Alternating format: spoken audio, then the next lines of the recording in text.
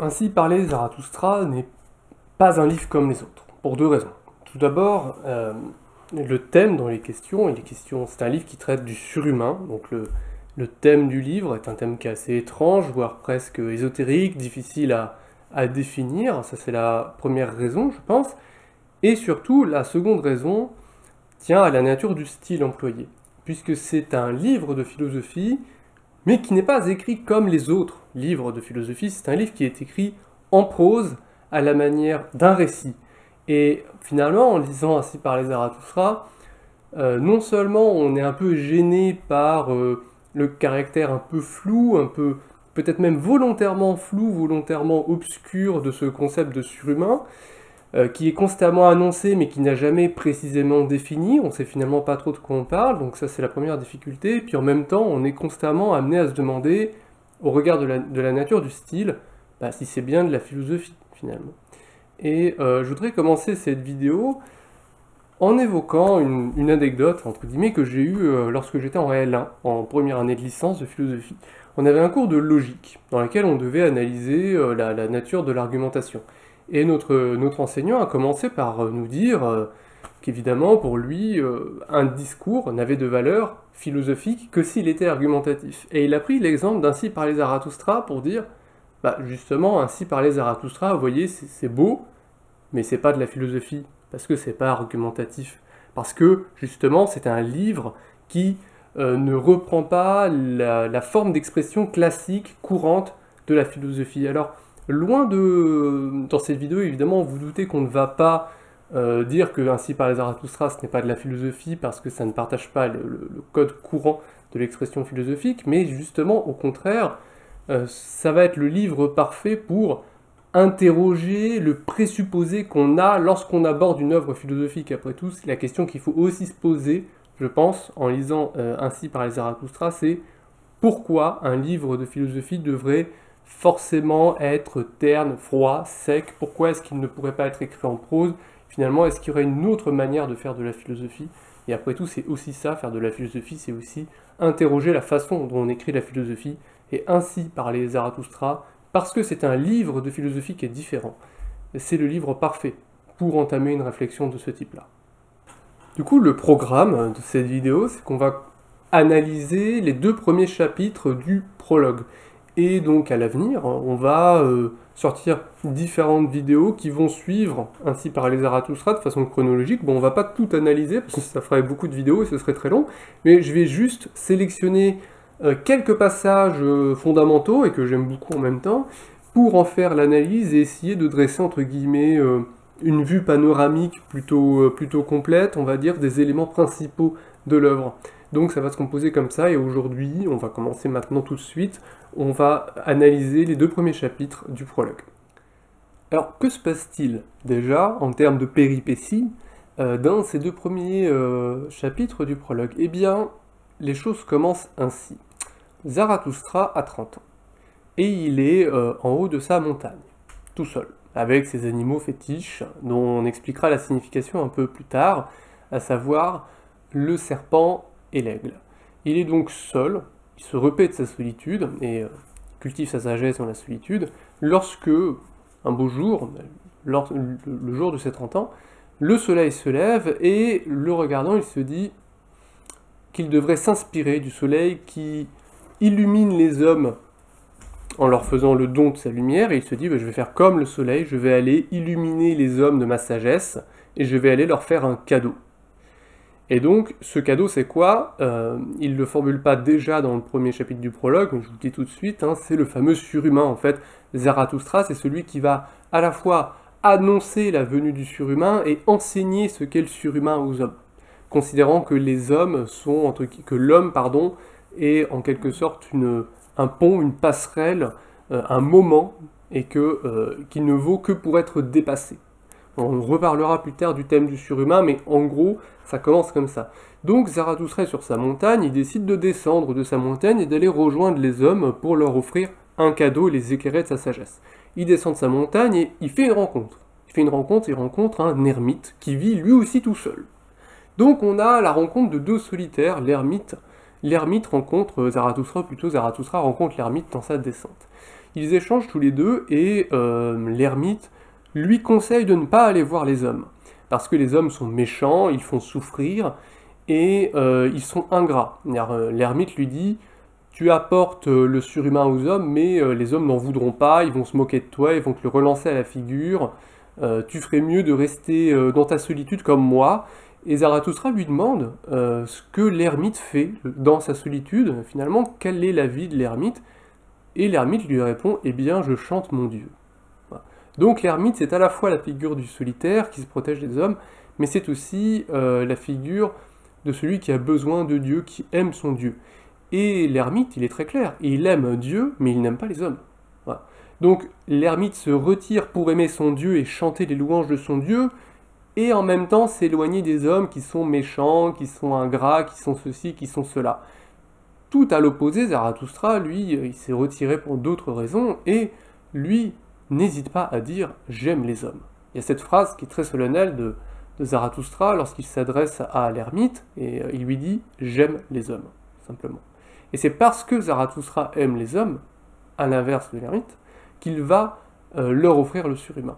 Donc ils sont en bons termes, même s'ils ne sont pas d'accord vis-à-vis des hommes, ils sont en bons termes, ils échangent de façon assez gaie, et ils prennent congé l'un de l'autre, et Zarathustra s'en va, finalement, mais lorsqu'il s'en va tout de même, il ne peut pas s'empêcher de se dire pour lui-même dans sa tête « mais enfin, ne sait-il pas que Dieu est mort ?» Et dès les premiers chapitres du prologue, on a directement cette annonce de la mort de Dieu.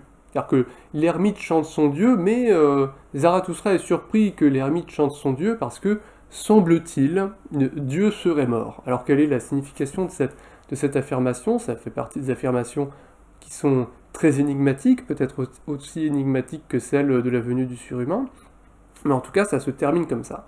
Donc si je résume, en termes de péripéties, on a les deux premiers chapitres du prologue, c'est Zarathustra qui est sur sa montagne dans sa solitude avec ses animaux, il décide d'aller enseigner le surhumain et d'aller faire un don aux hommes parce qu'il aime les hommes, il descend, il rencontre l'ermite, lui, il dit qu'il ne faut pas aller voir les hommes parce que les hommes sont méchants et qu'ils sont ingrats, et qu'il vaut mieux rester dans sa solitude pour chanter Dieu parce que Dieu est bon et Dieu nous aime. Et Zarathustra prend congé de lui, il va vers les hommes, et quand même, il a cette affirmation, cette première affirmation: comment se fait-il qu'il ne soit pas au courant que Dieu est mort? Voilà pour les péripéties. Maintenant, on va passer à l'analyse de ce moment. Pour analyser ce passage, on va procéder en deux temps. Premier temps, on va se demander pourquoi Zarathustra, pourquoi ce nom-là et pas un autre. Et deuxième temps, qui sera plus conséquent, on va analyser la signification de la représentation de la solitude dans ces deux premiers moments. Donc, premier temps, pourquoi Zarathustra et pourquoi pas finalement un autre nom? Pour le savoir, il faut se plonger dans Ecce Homo. Ecce Homo, c'est un autre ouvrage de Nietzsche, encore un livre pas comme les autres, décidément. Livre qui est une forme d'autobiographie intellectuelle dans laquelle il commente son œuvre de manière générale, et dans laquelle il se lance aussi beaucoup de fleurs, mais bon, ça, on lui en veut pas. Il explique dans Ecce Homo que Zarathustra, c'est un personnage historique qui a vécu, on va dire, dans environ 600 avant Jésus-Christ, et qui a été le fondateur d'une religion qui porte son nom. Et, sans rentrer dans les détails, parce que c'est pas vraiment ce qui nous intéresse, mais en tout cas, ce qui est vraiment important, c'est que Zarathustra, c'est un personnage qui a affirmé, ou en tout cas, c'est la religion qui s'inspire de lui, est centrée sur l'opposition entre le bien et le mal. Le bien et le mal, cette opposition forme le cœur de l'existence humaine. Donc Zarathustra, c'est celui qui sacralise une opposition entre le bien et le mal. C'est ça qui est important. C'est ça qui est important. Pourquoi? Ah, peut-être que certains d'entre vous savent que Nietzsche a écrit un livre qui s'appelle « Par-delà bien et mal ». Et le personnage principal d'Ainsi parlait Zarathustra, le prophète du surhumain, c'est précisément celui qui, historiquement parlant, a incarné l'opposition entre le bien et le mal. Est-ce qu'il n'y a pas un paradoxe? Il n'y a pas quelque chose d'étrange? C'est comme si Zarathustra représentait précisément tout ce que Nietzsche ne veut pas véhiculer. Bah, c'est justement l'ironie de la situation. C'est précisément pour ça, finalement, qu'il a choisi Zarathustra, et Nietzsche s'exprime en ces termes. Il dit puisque Zarathustra a été le premier à sacraliser de manière aussi ferme l'opposition entre le bien et le mal, il était naturel que ce soit lui le premier à reconnaître cette erreur. Voilà. Donc c'est dans une forme de jeu d'ironie finalement qu'il donne ce nom-là, que c'est Zarathustra qui annonce la venue du surhumain et qui annonce la fin de l'opposition entre le bien et le mal, alors que c'est lui, historiquement, à la base, qui avait amené cette opposition-là. Parce que oui, ça on va le voir un peu plus tard quand on va vraiment pousser l'analyse, la venue du surhumain sonne également comme une critique des valeurs morales les plus courantes de l'époque.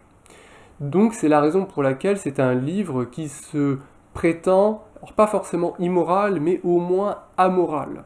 En tout cas, il y a un lien entre le dépassement des valeurs morales courantes et la venue du surhumain. Et c'est pour cette raison que ce personnage s'appelle Zarathustra. Bon, voilà pour Zarathustra. Et maintenant, il faudrait qu'on passe au moment qui est vraiment important, à savoir l'analyse du thème de la solitude, parce que c'est bien ça qui est central dans ces 2 premiers chapitres du prologue. Tout à l'heure, j'ai dit que c'était la rencontre entre 2 solitaires, l'ermite et Zarathustra. Effectivement, ils ont ceci en commun, qu'ils se sont isolés.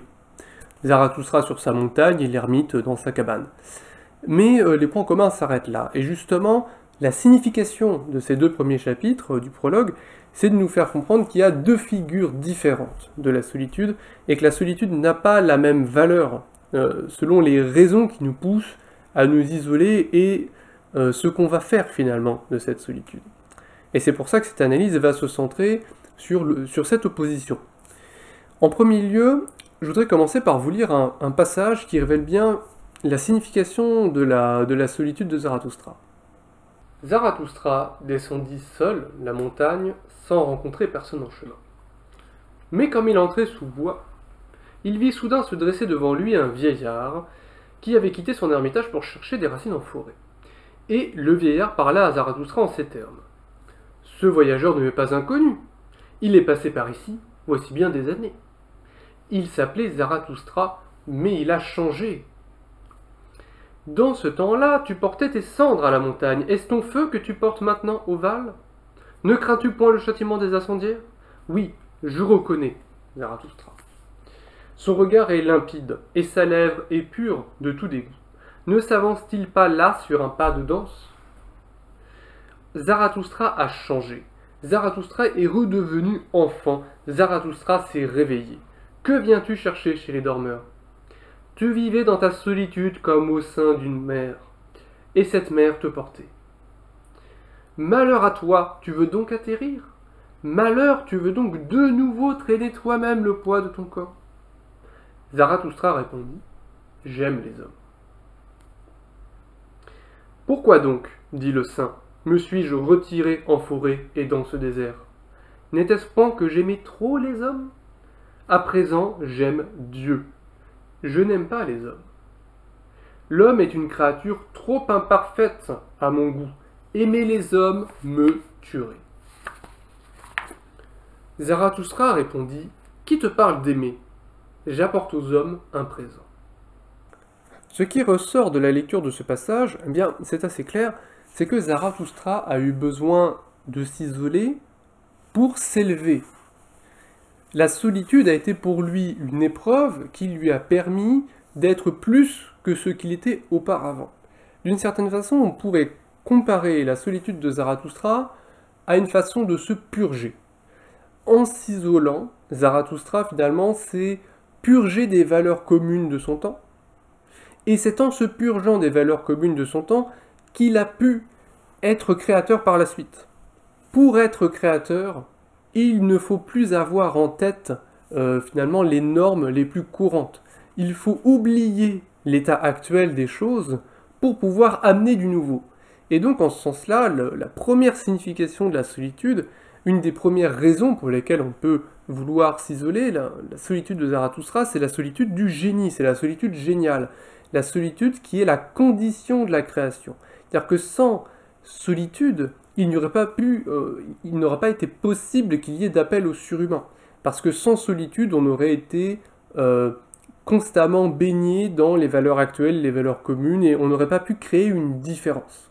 En premier lieu, on s'isole pour créer une différence, pour apporter du nouveau, pour se purger de ce qui se fait au quotidien, de l'être quotidien des choses. En premier lieu, c'est ça la première signification de la solitude. En second lieu, et ça c'est quelque chose c'est un thème, là j'empiète un peu sur la suite, mais c'est pas grave, c'est un thème qu'on retrouvera dans une vidéo, dans une prochaine vidéo.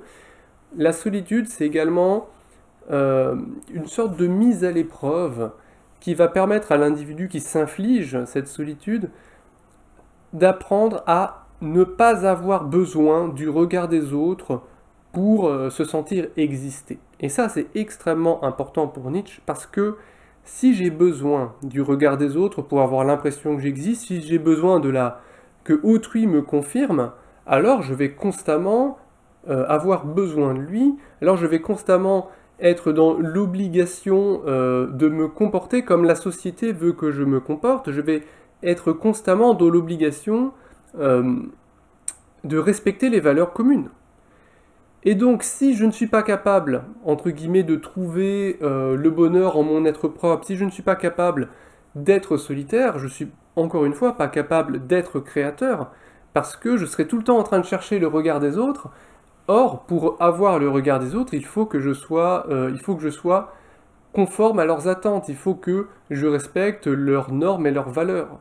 Si Zarathustra a pour objectif d'enseigner le surhumain et d'enseigner une table de valeurs nouvelles, eh bien, c'était forcé que sa démarche commence par la solitude pour deux raisons. Il fallait d'abord qu'il se purge des valeurs actuelles, et ensuite, eh bien, il fallait qu'il apprenne à ne plus avoir besoin du regard des autres, il fallait qu'il apprenne à pouvoir être méprisé des autres parce qu'il pense différemment, sans que cela n'impacte son amour-propre, sans que cela n'impacte son bonheur. Donc finalement, on est face à au thème de la solitude du génie, solitude d'une certaine façon, je le résumerai comme ça, solitude qui est la condition de la création. Mais comment parler de la solitude de Zarathustra sans en même temps parler de la solitude de celle de l'ermite, parce qu'elles se comprennent l'une à partir de l'autre. Parce qu'effectivement, ce qu'on peut voir en premier lieu, c'est que la solitude de Zarathustra n'est qu'un moment, c'est qu'un moyen, parce que il redescend voir les hommes pour leur enseigner le surhumain. Ce qui est tout le contraire de l'ermite. L'ermite, lui, il s'isole parce qu'il n'aime pas les hommes. Il s'isole parce qu'il ne veut plus les voir. Il s'isole parce que les hommes le font souffrir. Il s'isole parce qu'il ne veut plus souffrir. Et lorsque l'ermite dit à Zarathustra, mais ils vont être méprisants, ils vont être violents avec toi, ils vont se moquer de toi, et effectivement c'est ce qui va se passer. On verra plus tard que lorsque Zarathustra va aller voir les hommes, ils vont se moquer de lui, concrètement. Eh bien Zarathustra lui répond qu'il faut être un océan pour pouvoir accueillir toutes les railleries, toutes les critiques, etc., sans être pour autant vexé dans son amour-propre, sans mal le vivre. Mais c'est justement ce dont l'ermite n'est pas capable. L'ermite, en fait, c'est la figure de la faiblesse, en opposition à la figure de Zarathustra, qui est la figure de la force. Parce que la solitude de Zarathustra est une épreuve qu'il s'inflige pour devenir un créateur, qui va ensuite revenir vers les hommes. Alors que la solitude de l'ermite, c'est tout le contraire. L'ermite ne s'isole pas pour être créateur. L'ermite s'isole parce que les hommes lui font mal, et qu'il ne peut plus supporter les interactions avec les hommes, c'est devenu trop risqué. L'ermite, finalement, si on devait faire une comparaison animalière, l'ermite, il se comporte un peu comme un animal qui souffre. Et vous savez, quand un animal est souffrant, un animal blessé, par exemple, un animal blessé, il ne va pas vouloir qu'on l'approche. Pourquoi ? Parce que l'interaction, c'est trop risqué. Vu qu'il est blessé, justement, il ne va pas vouloir que vous approchiez de lui, parce qu'il ne peut pas courir le risque d'une interaction. Si jamais vous êtes agressif, vu qu'il est blessé, il ne va pas pouvoir se défendre. Donc justement, puisqu'il est souffrant, il va vouloir s'isoler parce qu'il ne peut plus courir le risque d'avoir une relation conflictuelle parce qu'il est devenu trop faible en quelque sorte. Eh bien l'ermite, c'est un peu la même chose. L'ermite, c'est un individu qui souffre et parce qu'il souffre, il doit s'isoler. Parce que autrui est devenu un problème, il doit s'isoler. Donc c'est par faiblesse qu'il s'isole. C'est par faiblesse qu'il s'isole, c'est pas pour une autre raison. Et c'est tout à fait en lien avec le fait que l'ermite chante son Dieu. Pourquoi est-ce que l'ermite chante son Dieu?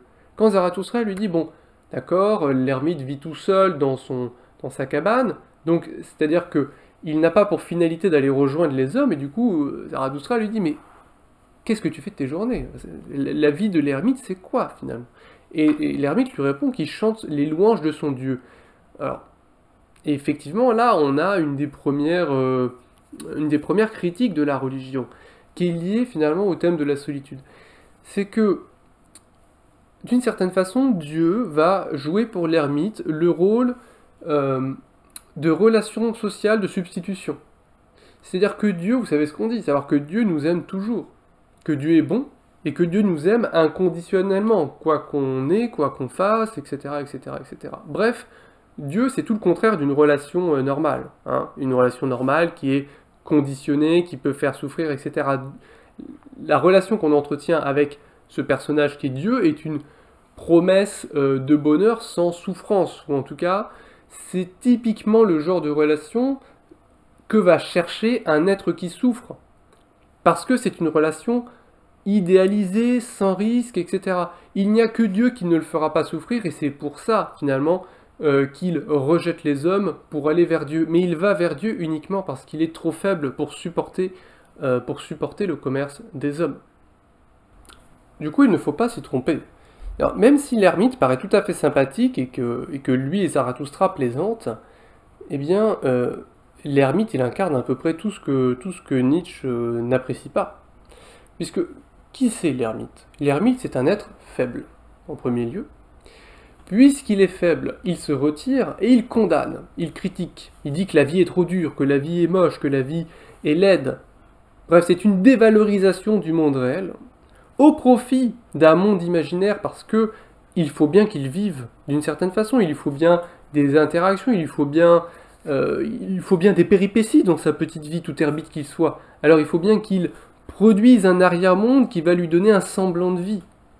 Bref, en quelque sorte, l'ermite, il est précisément l'incarnation de la critique que Nietzsche fait envers la religion, à savoir que la religion, c'est quelque chose qui s'adresse aux êtres qui souffrent, et qui sacralise la souffrance plutôt, qui sacralise la souffrance au lieu de chercher à la dépasser. En fait, ce qui serait bien pour l'ermite, ce serait qu'il arrive à dépasser son dégoût des hommes, et qu'il arrive finalement à être assez fort pour accepter finalement toutes les imperfections de ce monde pour y vivre. Voilà. Mais non, la religion, c'est ce qui va sacraliser cette immobilité, cette critique, et qui va entretenir l'ermite dans un monde imaginaire et dans la dévalorisation du monde réel. Lorsque Zarathustra prend congé de l'ermite, il dit cette phrase étrange: « Ne sait-il pas que Dieu est mort ?» Voilà. Alors, il s'agit des affirmations récurrentes, une affirmation récurrente dans l'œuvre de Nietzsche qui est très énigmatique, qui est souvent mal comprise. Voilà. Et il s'agit, alors peut-être pas là maintenant d'en donner une interprétation complète parce que ce serait très long, mais d'en dire tout de même quelques mots au niveau de ce que ça signifie. Déjà, je voudrais insister sur une chose: Zarathustra ne dit pas que Dieu n'existe pas. Dire Dieu n'existe pas et dire Dieu est mort, ce sont deux choses qui sont bien différentes. Voilà. Alors, effectivement, Nietzsche et Zarathustra ne disent pas que Dieu n'existe pas, ce serait facile pourtant. Mais la critique de la religion chez Nietzsche, elle ne se fait pas sur le terrain de la connaissance. Il ne s'agit pas de faire des pieds de nez aux croyants en lui disant « tu ne peux pas démontrer l'existence de Dieu ». Ça, entre guillemets, c'est trop facile. Ou alors, ce serait pas efficace, peut-être, dirait Nietzsche. Parce que, par exemple, dans l'histoire de la philosophie, on a eu des philosophes qui ont bien mis en avant qu'on ne pouvait pas démontrer l'existence de Dieu, et ça les a pas empêchés de valoriser la religion pour autant, en disant que la religion est une question de foi. Là, je pense à Kant.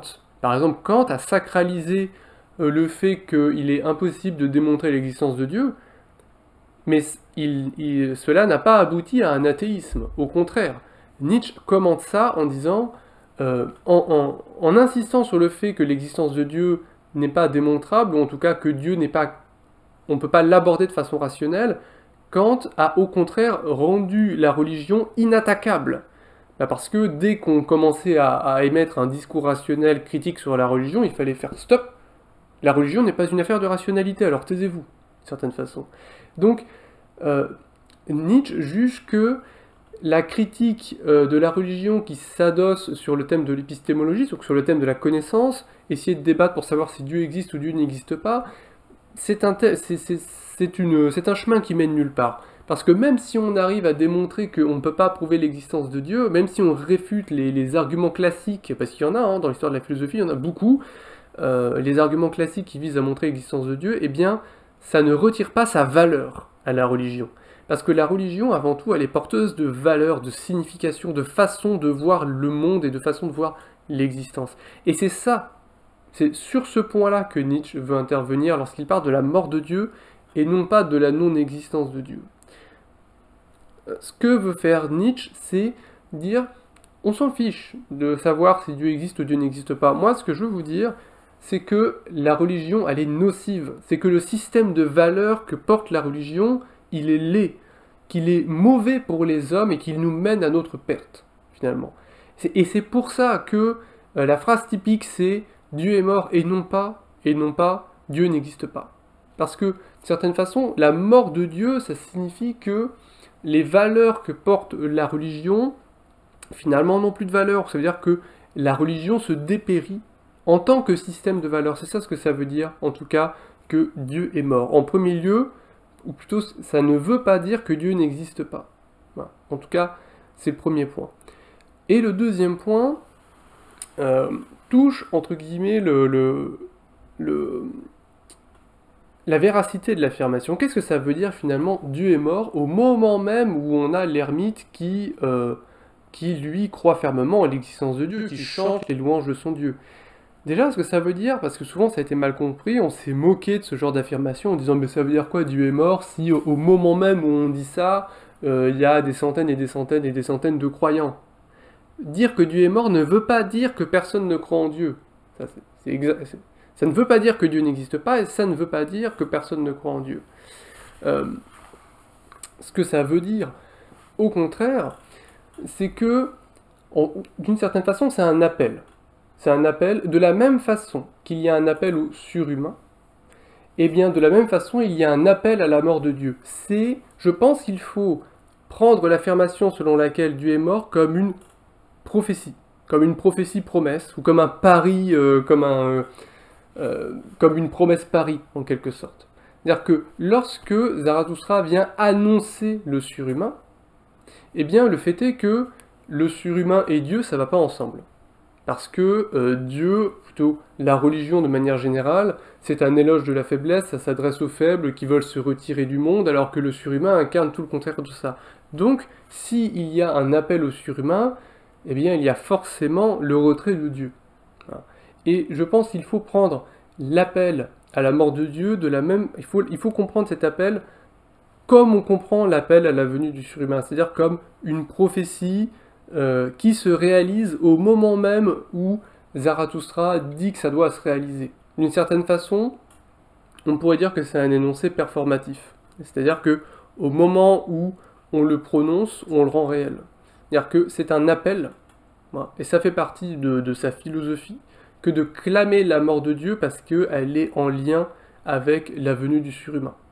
Mais bon, pour comprendre ça, le lien implicite qui existe entre Dieu et le surhumain, et bien vous savez quoi, il faudrait déjà savoir à peu près ce qu'est le surhumain. Et ça, c'est dans les chapitres suivants. Et c'est donc, vous le comprenez, dans la vidéo suivante.